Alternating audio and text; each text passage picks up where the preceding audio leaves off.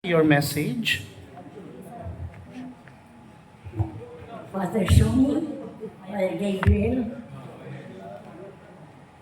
Rose, Pros. Rose.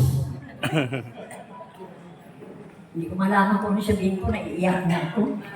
Sa sobrang tuwa, hindi ko Anyway, unang-una sa lahat, gusto kong pasalamatan ng ating Panginoong Diyos Yeah. sapagkat nabigyan ako ng mga kasamahan ko ng isang masaya at maringal na birthday party.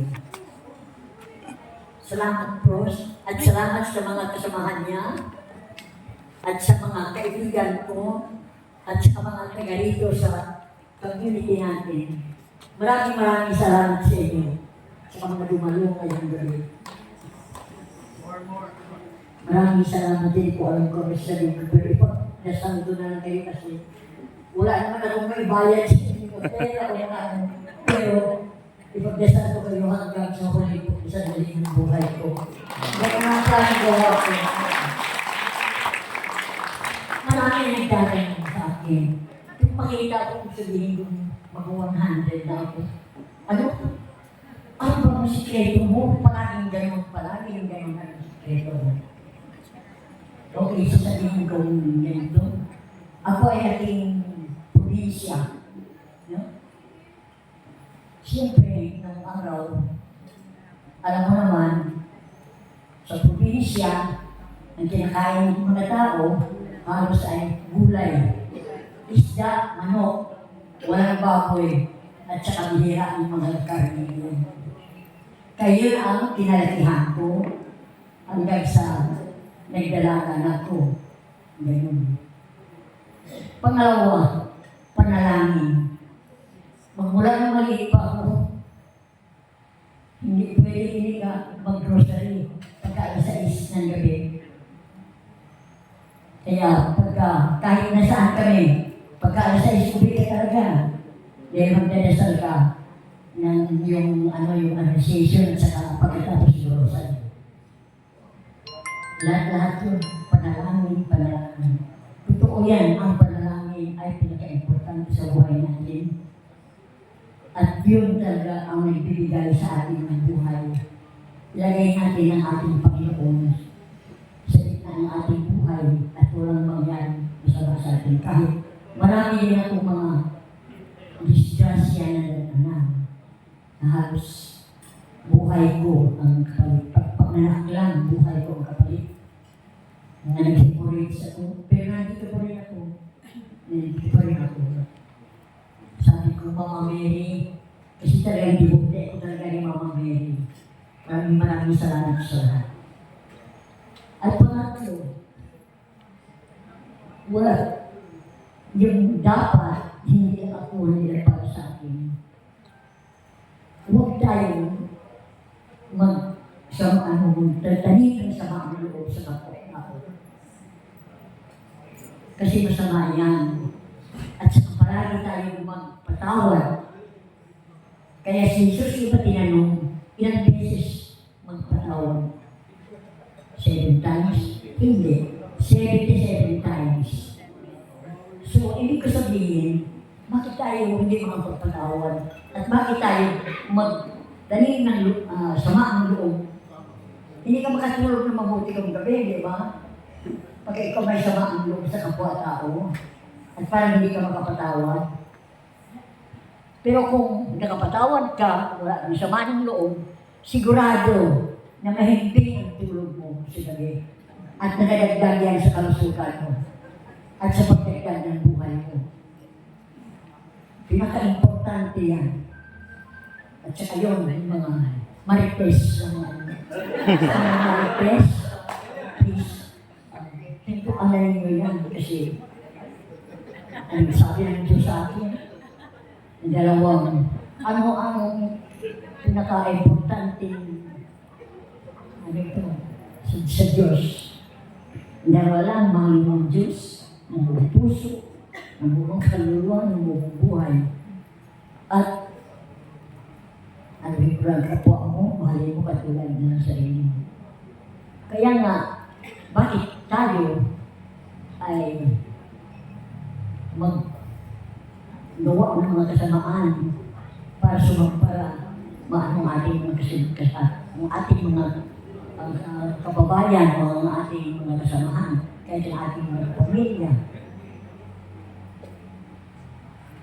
Wala naman tayong makukuha dyan kung mag-chismis sila o mag-ano.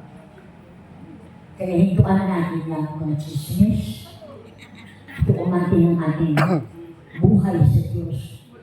May kailan ang buhay. Sa Psalm 90, alam mo, kung sabi doon, hanggang 70 lang ang edad ng tao. Magiging 80, ayan, kung malakas siya, makahalbot na ito. Kaya sabi ko, Diyos ko, sumusura kung malakas ba?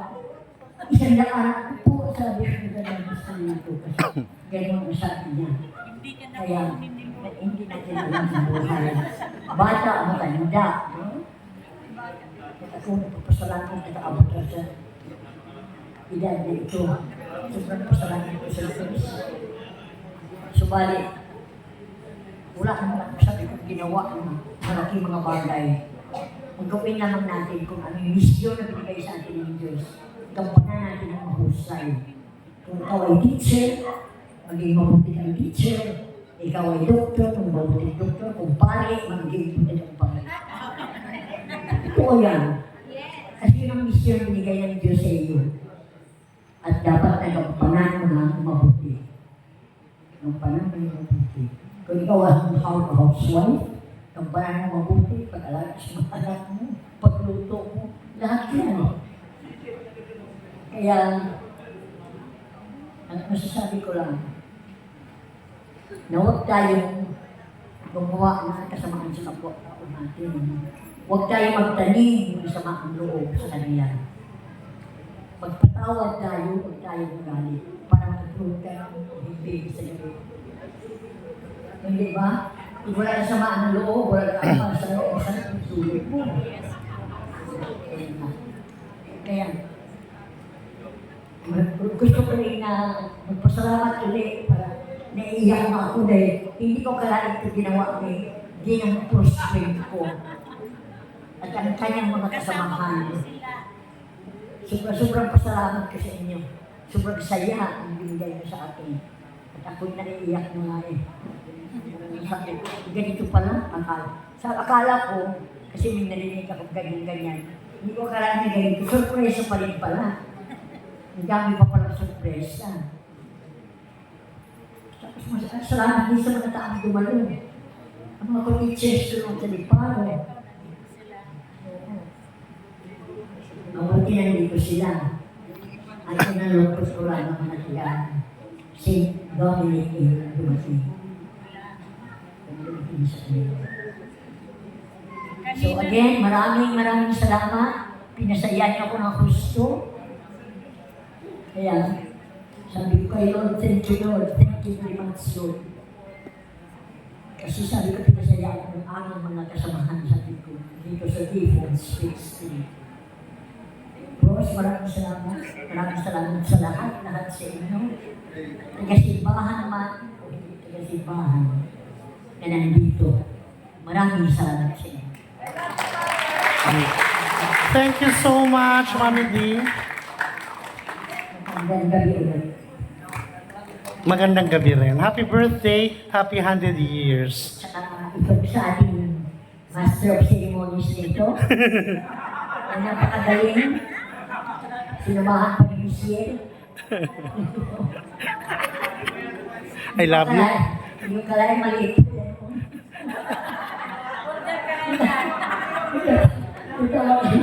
Ipapractice ko na natin sa bahay ni Baby Diaz. Pagkatapos na doon yung mami niya, kasi magaling kumanta yung mami niya. Practice ko na para sa Christmas. Darating ito sila kapatid. Mami, nagugutom na kami. Galit. Galit si Ernibet Villas, Captain Villas. Ano? Nagpunta ka dito, hindi ko pa pala nalutuan ng mga anak. Kumakanta siya sa Island Night. Nakita yung mga nagsabi, uuhuli na. Naglipat magtuloy. Mami, gutom na kami.